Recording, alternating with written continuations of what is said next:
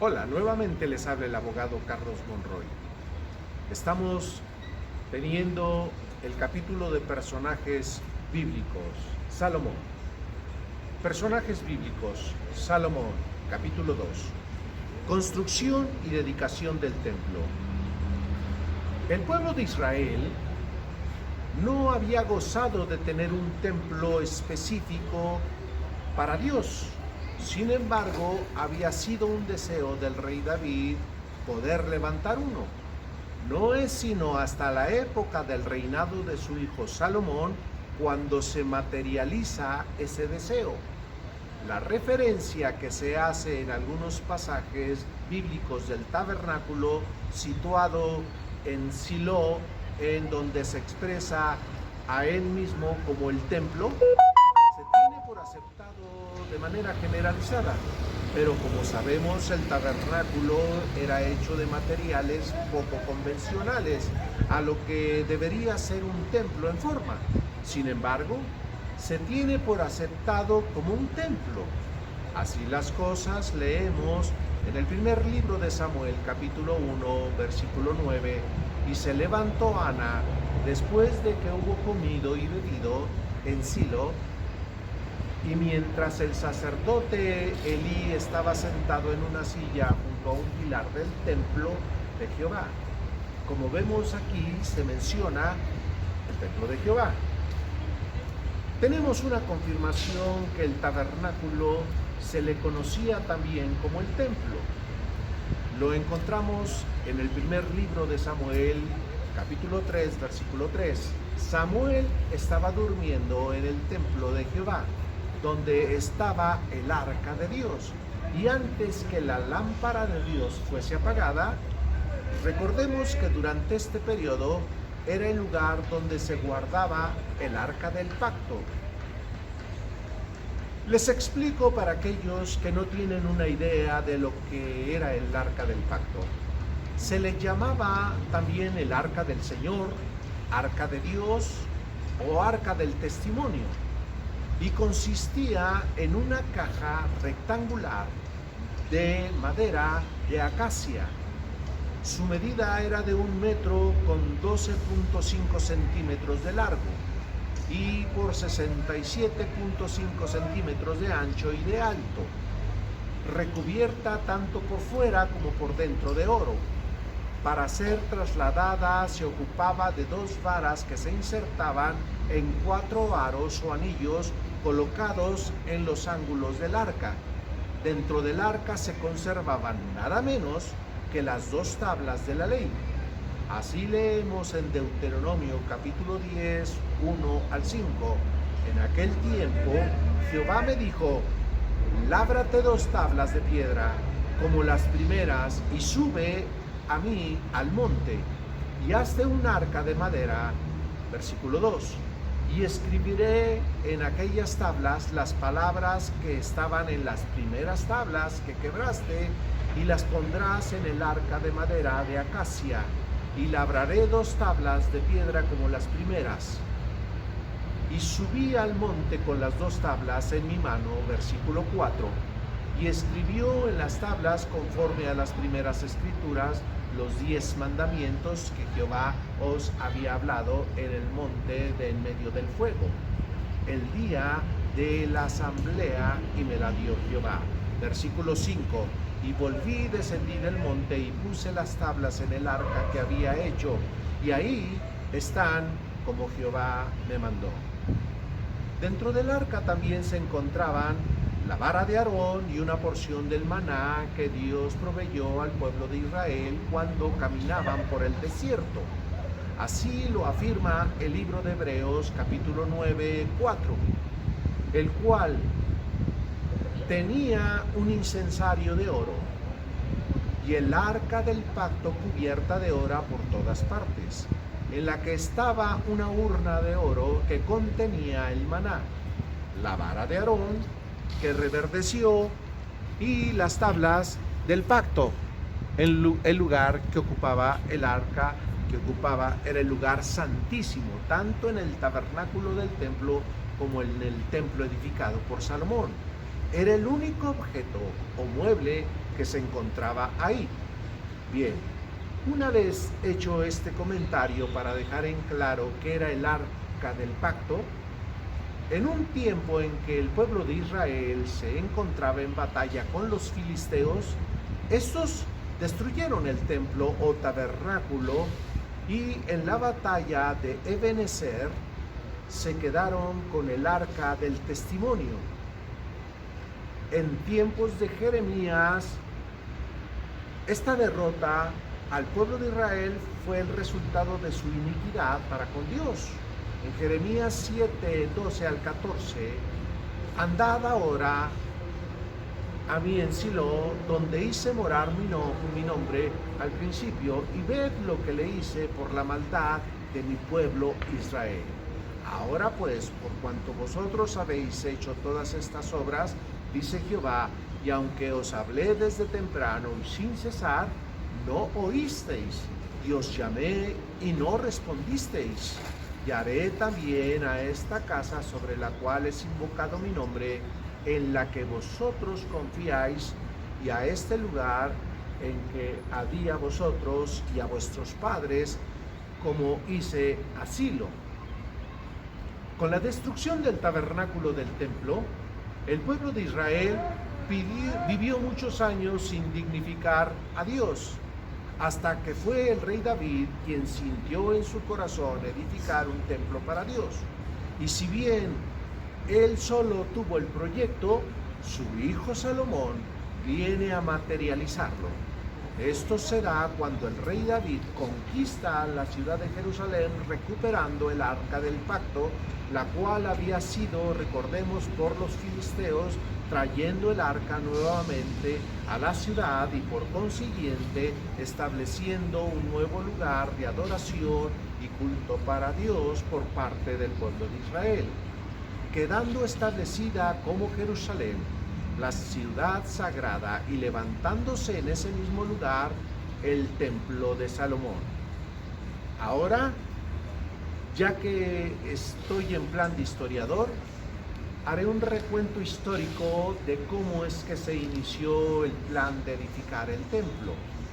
Y aquí me gustaría que, si bien estoy hablando de que haré una especie de remembranza histórica, también estoy entrando en un punto que es prácticamente de investigación, por lo que me gustaría que muchos de los que me ven pudieran también tener ese sentir de poder escudriñar las escrituras, pero no nada más de manera somera o superficial, sino que pudieran tener en su corazón un deseo de investigación, un deseo de investigadores, ir un poco más allá, y que, si bien es cierto, nosotros tenemos que apegarnos a lo que dice la palabra de Dios, hay muchas cosas en la palabra de Dios que se pueden relacionar unas situaciones o hechos que ocurrieron en una parte de la Biblia y poder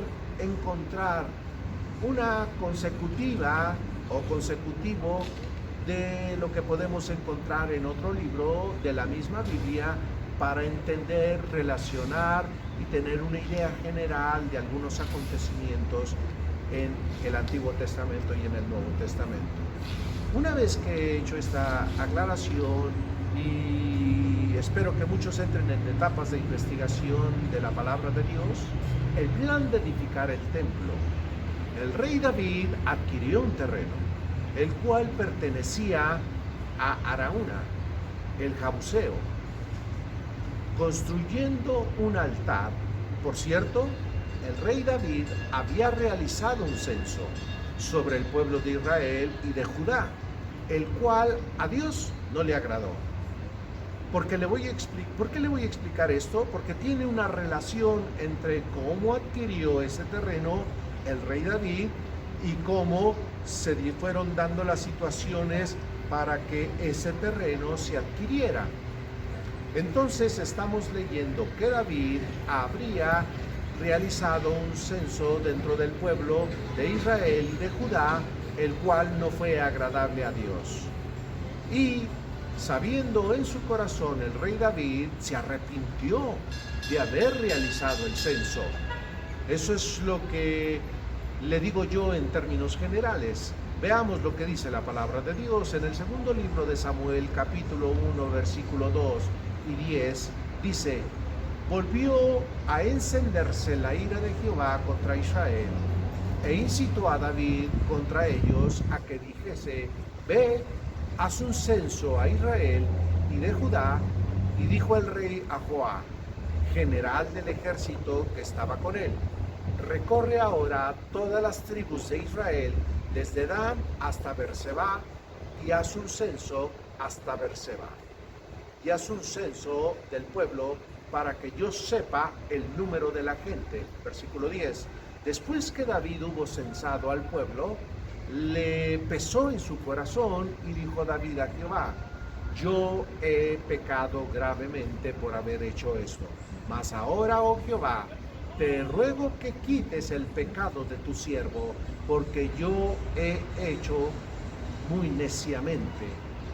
Ante esta actitud de David, Dios le dice por conducto del profeta Gad, que le da 3 opciones de cómo sufriría las consecuencias de su actitud. La primera: 7 años de hambre en su tierra. La segunda: que huyas 3 meses delante de tus enemigos y que ellos te persigan. La tercera: que haya 3 días de peste en su tierra. Decidiendo esta última opción, enviando la peste sobre Israel. Ahora, lo explicaré en términos de como lo dice la palabra de Dios en el segundo libro de Samuel 11:15. Lo dice de esta manera, lo mismo que acabo de decir, pero dicho directamente de la palabra de Dios. Y por la mañana, cuando David se hubo levantado, vino la palabra de Jehová al profeta Gad, vidente de David, diciendo: ve y di a David, así ha dicho Jehová, 3 cosas te ofrezco, tú escogerás una de ellas para que yo la haga. Vino pues Gad a David y se le hizo saber y le dijo: ¿quieres que te vengan 7 años en tu tierra, o que huyas delante de tus enemigos y que te persigan, o que 3 días haya peste en tu tierra? Piensa ahora y mira qué responderé al que me ha enviado. Entonces David dijo a Gad: en grande angustia estoy, caigamos ahora en manos de Jehová, porque su misericordia son muchas, mas no caiga yo en manos de hombres. Y Jehová envió la peste sobre Israel desde la mañana hasta el tiempo señalado, y murieron del pueblo desde Dan hasta Berseba 70,000 hombres. Llegó el momento en que por orden de Dios el ángel de Jehová destruiría Jerusalén, pero en ese momento se arrepintió Dios del mal que para el pueblo, ordenándole al ángel de Jehová que detuviese su mano de peste. En el segundo libro de Samuel 24:17 dice: y cuando el ángel extendió su mano sobre Jerusalén para destruirla, Jehová se arrepintió de aquel mal y dijo al ángel que destruía al pueblo: basta, ahora, detén tu mano. Y el ángel de Jehová estaba junto a la era de Arauna, Jebuseo. He aquí donde nace el proyecto de levantar el templo, empezando por construir un altar en la era de Arauna, Jebuseo. En el segundo libro de Samuel 24:18 dice: y Gad vino a David aquel día y le dijo: sube y levanta un altar a Jehová en la era de Arauna, Jebuseo. Ante esto, David compró la era. Lo encontramos en el segundo libro de Samuel 21:25. Y Arauna dijo: ¿por qué viene mi señor el rey a su siervo? Y David respondió: para comprar de ti la era. a fin de edificar un altar a Jehová, para que cese la mortandad del pueblo. En el versículo 25, y edificó ahí David un altar a Jehová y sacrificó holocaustos y ofrendas de paz, y Jehová oyó las súplicas de la tierra y cesó la plaga en Israel. Es así como se adquirió el terreno que después sería el espacio donde Salomón construiría el templo conocido como de Salomón, edificado en el año de 957 a.C. al noreste de Jerusalén y que se conoce como Aram Esh Sharif o noble santuario. El día de hoy se levanta la mezquita de Omar o cúpula de la roca, convertido en un centro de veneración musulmana. Pero ¿cómo es posible que sucede esto, siendo que si ahí estaba el templo de Salomón, en nuestros días ahora aparece que es la mezquita de Omar? Pues vamos entonces a continuar investigando.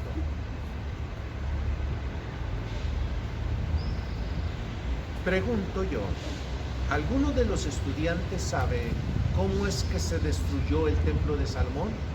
¿Quién lo destruyó? ¿Y por qué se destruyó? Lo que ahora ocupa la mezquita de Omar. Bien, corría el año de 587 a.C., donde se lleva a cabo por segunda ocasión una deportación a Babilonia, y son los ejércitos babilónicos comandados por el emperador Nabucodonosor quien arrasan el templo de Salomón. Pero bueno, volviendo a la construcción del templo, Salomón es quien la ejecuta en lugar del rey David, su padre. En el primer libro de Reyes 5:17 dice: y mandó el rey que trajesen piedras grandes, piedras costosas para los cimientos de la casa y piedras labradas. Así las cosas, Salomón en su momento determinó construir la casa o templo, pero mencionaré que para su construcción hubo de hacer lo siguiente. El segundo libro de Crónicas 2:1 y 2 dice: determinó pues Salomón edificar casa a nombre de Jehová y casa para su reino. Versículo 2. Y designó Salomón 60,000 hombres que llevasen cargas y 80,000 hombres que cortasen en los montes y 3,300 que los vigilasen. Para la construcción del templo, el rey Salomón recurre al rey de Tiro para que éste le envíe cedros finos. Así encontramos en el segundo libro de Crónicas 2:3 al 5, 7, 8, 13 y 14. Y envió decir Salomón a Hiram, rey de Tiro: haz conmigo como hiciste con David mi padre, enviándole cedros para que edificara para sí casa en que morase. Versículo 4. He aquí yo tengo que edificar casa al nombre de Jehová mi Dios, para consagrársela, para quemar incienso aromático delante de él, y para la colocación continua de los panes de la proposición, y para holocausto a mañana y tarde en los días de reposo, nueva luna y festividades de Jehová nuestro Dios, lo cual ha de ser perpetuo en Israel. Versículo 5. Y la casa que tengo que edificar ha de ser grande, porque el Dios nuestro es grande sobre todos los dioses.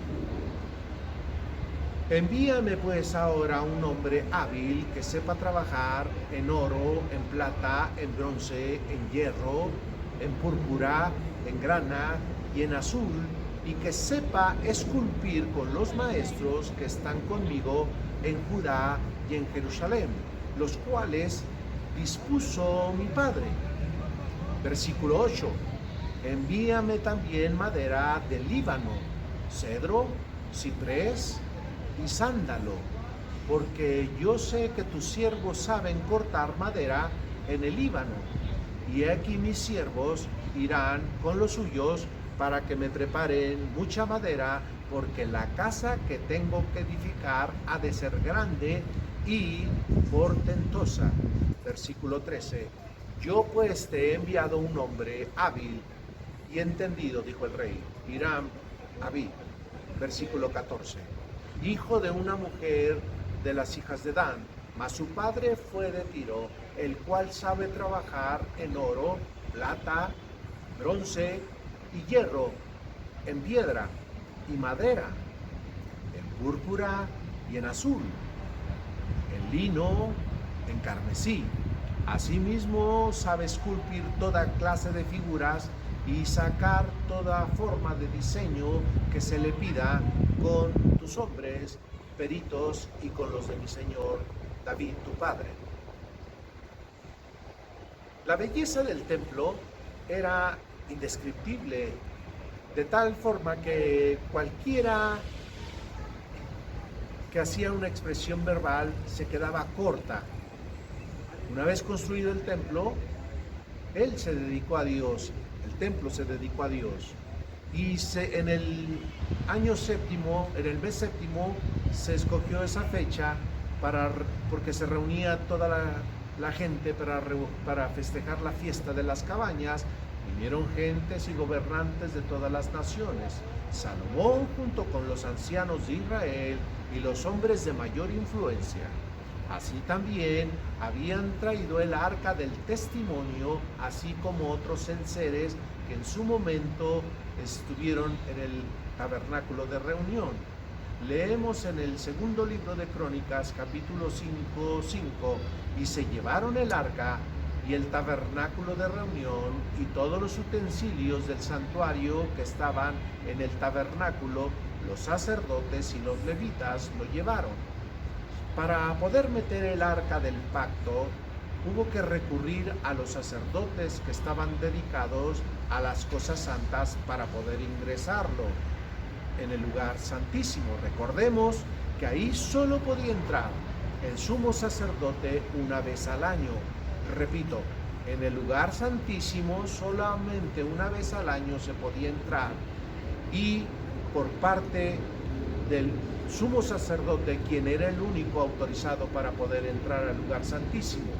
Entonces aquí estamos viendo cómo en el segundo libro de Crónicas 7, capítulo 5, versículos 7 al 11, y los sacerdotes metieron el arca del pacto de Jehová en su lugar, en el santuario de la casa, en el lugar santísimo, bajo las alas de los querubines.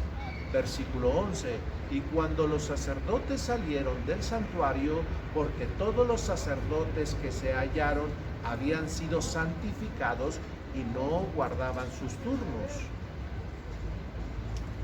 Para ingresar el arca del pacto tuvieron que desarrollar toda una ceremonia con todo respeto, recordando que fue el dedo de Dios quien había escrito las tablas de la ley, mismas que, recordemos, se encontraban dentro del arca a cada intervalo de 6 pasos que daban cuando iban metiendo el arca del testimonio al lugar santísimo. Daban 6 pasos de los sacerdotes y se ofrecía un sacrificio.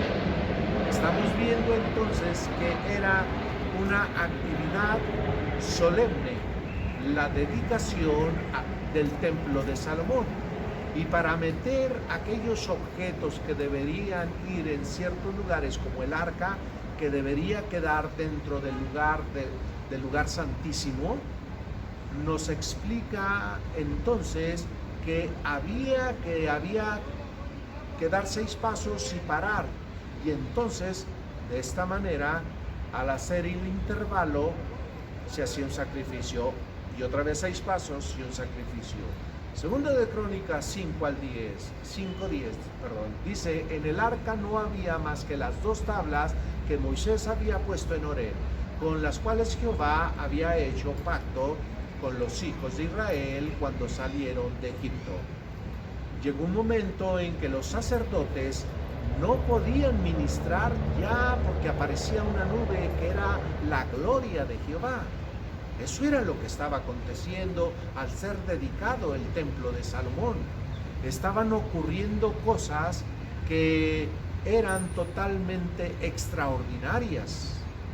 En 2 de Crónicas 5, 13 y 14 dice: cuando sonaba pues las trompetas y cantaban todos a una para alabar y dar gracias a Jehová, y a medida que alzaban la voz con trompeta y címbalos y otros instrumentos de música, y alababan a Jehová diciendo: porque Él es bueno y su misericordia es para siempre. Entonces la casa se llenó de una nube, la casa de Jehová. Versículo 14. Y no podían los sacerdotes estar ahí para ministrar por causa de la nube, porque la gloria de Jehová había llenado la casa de Dios. Finalmente, para terminar el presente capítulo de estudio, diré que Salomón expresa una oración de dedicación del templo llena de simbolismo y de expresión corporal, al levantar sus manos, así como arrodillarse en señal de rendición a Dios. Sí, Salomón, el rey Salomón, quería adorar a Dios y hacer todo aquello que también pudiera invitar al pueblo de Israel a que pudieran seguir sus actos, tener el mismo sentir, las ganas, la fuerza, el deseo de que, teniendo un templo, que era el templo levantado por el rey Salomón, el pueblo de Israel pudiera tener un nuevo encuentro con su Dios, tener una frescura en su relación, tener una nueva experiencia, una nueva determinación de servir a Dios. Leemos en el 2 libro de Crónicas, capítulo 6, versículo 13 al 42.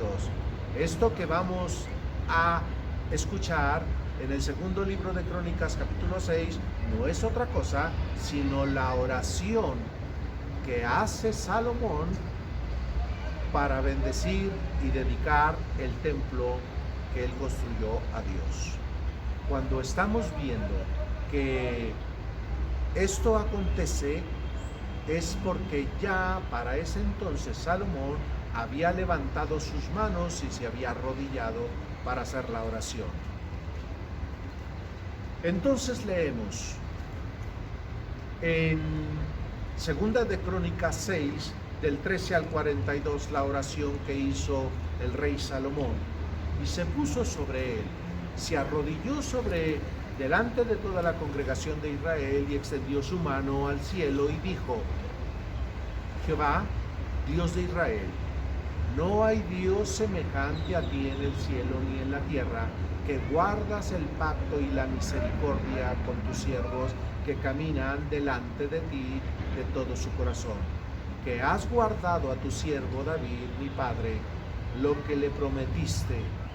Tú lo dijiste con tu boca y con tu mano lo has cumplido, como se ve en este día. Versículo 16. Ahora pues, Jehová Dios de Israel, cumple a tu siervo David, mi padre, lo que le has prometido, diciendo: no faltará de ti varón delante de mí que se siente en el trono de Israel, con tal que tus hijos guarden su camino andando en mi ley, como tú has andado delante de mí. Ahora pues, oh Jehová Dios de Israel, cúmplese tu palabra que dijiste a tu siervo David. Mas, ¿es verdad que Dios habitará con el hombre en la tierra? He aquí, los cielos y los cielos de los cielos no te pueden contener, cuando menos esta casa que he edificado. Mas tú mirarás a la oración de tu siervo y a su ruego, oh Jehová Dios mío, para oír el clamor y la oración con que tu siervo ora delante de ti. Versículo 20. Que tus ojos estén abiertos sobre esta casa de día y de noche, sobre el lugar, sobre el que dijiste, mi nombre estará ahí. Que oigas las oraciones con que tus siervos ora en este lugar. Versículo 21, asimismo, que oigas el ruego de tu siervo y de tu pueblo Israel, cuando en este lugar hicieren oración, que tú oirás desde los cielos, desde el lugar de tu morada, que oigas y perdones. Versículo 22, si alguno pecare contra su prójimo y se le exigiere juramento, y viniere a jurar ante tu altar en esta tu casa, tú oirás desde los cielos y actuarás y juzgarás a tus siervos, dando la paga al impío, haciendo recaer su proceder sobre su cabeza y justificando al justo al darle conforme a su justicia. Versículo 24, si tu pueblo Israel fuere derrotado delante del enemigo por haber prevaricado contra ti y se convirtiere y confesare tu nombre y rogare delante de ti en esta casa, versículo 25, tú oirás desde los cielos y perdonarás el pecado de tu pueblo Israel y le harás volver a la tierra que le diste a ellos y a sus padres. Versículo 26, si los cielos se cerraren y no hubiere lluvia por haber pecado contra ti, oraren a ti en este lugar y confesaren tu nombre y se convirtieren de su pecado, cuando los afligiereis, versículo 27, tú los oirás en los cielos y perdonarás el pecado de tus siervos y de tu pueblo Israel, y les enseñarás el buen camino para que anden en él, y darás lluvia sobre su tierra que diste por heredad a tu pueblo. Si hubiere hambre en la tierra, o si hubiere pestilencia, si hubiere tizoncillo o anubio, langosta o pulgón, o si los sintieren sus enemigos en la tierra en donde moren, cualquiera plaga o enfermedad que sea, versículo 29, toda oración y todo ruego que hiciere cualquier hombre o todo tu pueblo Israel, cualquiera que conociere su llaga y su dolor en su corazón, si extendiere sus manos hacia esta casa, tú oirás desde los cielos, desde el lugar de tu morada, y perdonarás y darás a cada uno conforme a sus caminos, habiendo conocido su corazón, porque solo tú conoces el corazón de los hijos de los hombres.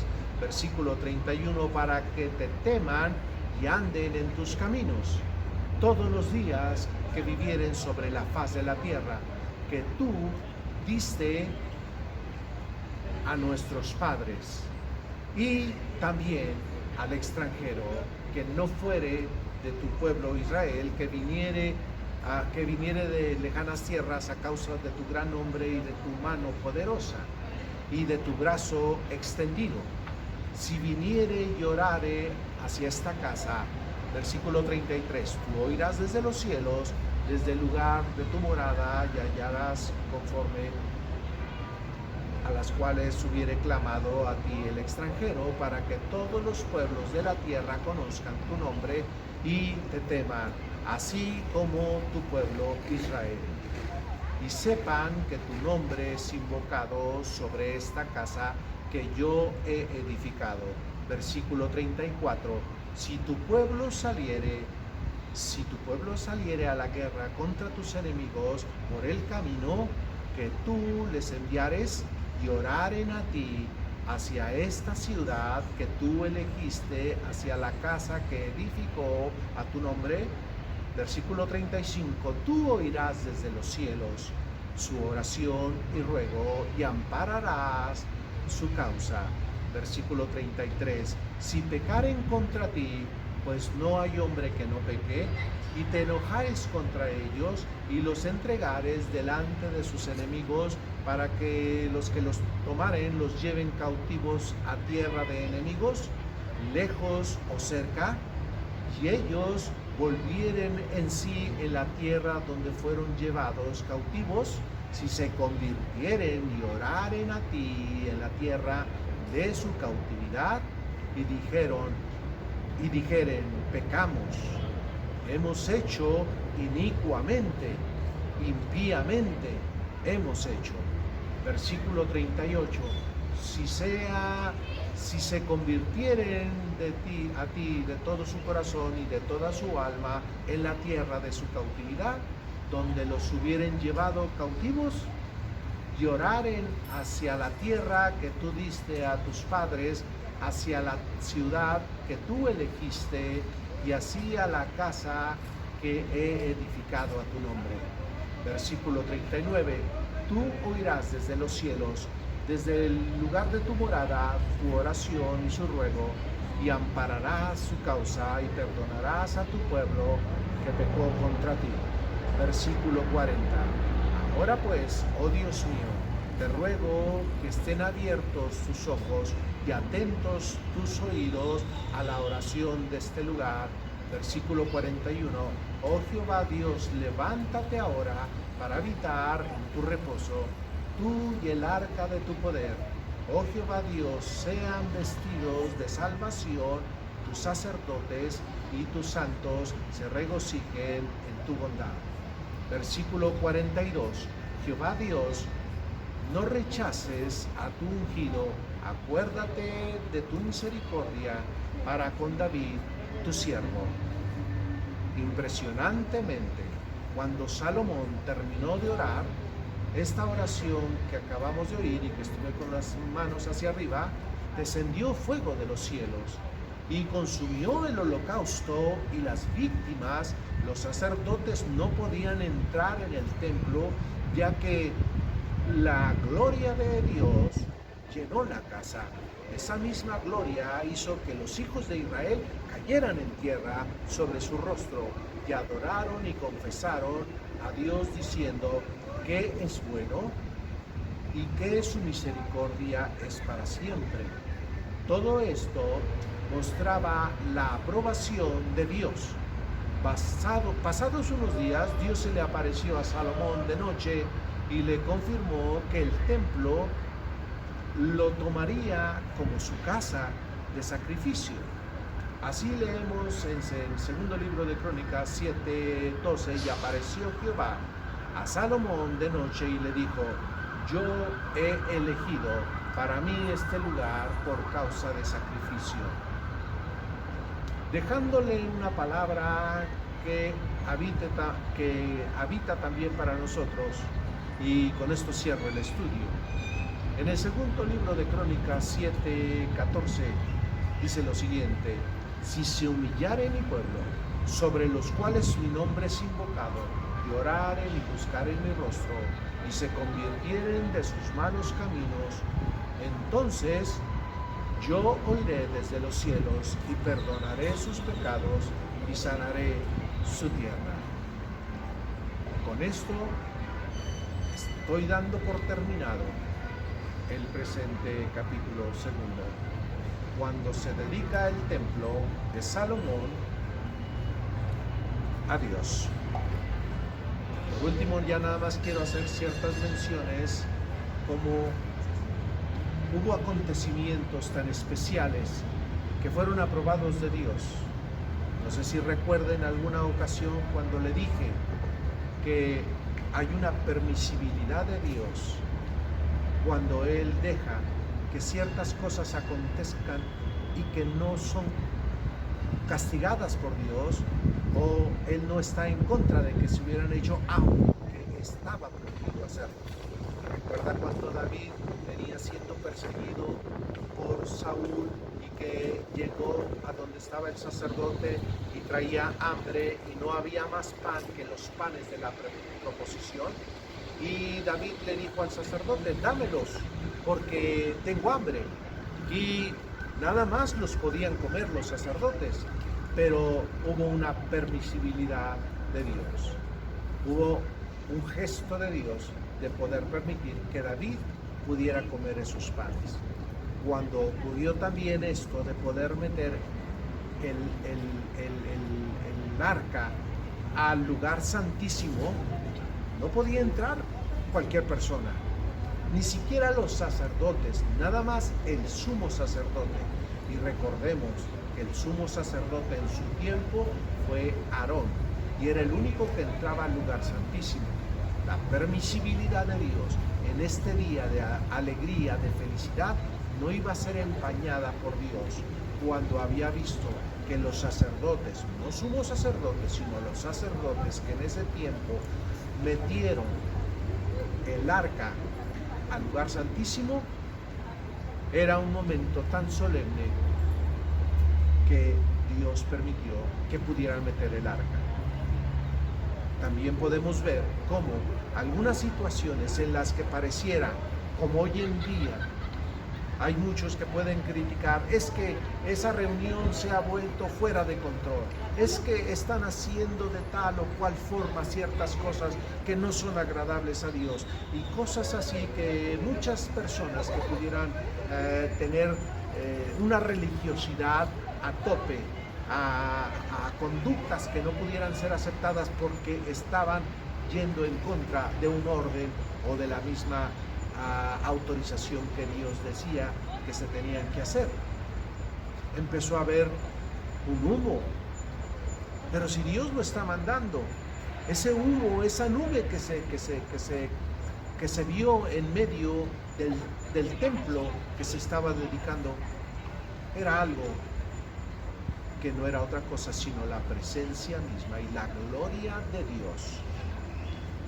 Entonces, pareciera que se está rompiendo un orden, pareciera que se está rompiendo un orden en donde hay un griterío y donde hay una alabanza llena de fuerza, en donde hay salterio, arpa, donde hay música, donde hay gritos de adoración, donde están danzando a Dios.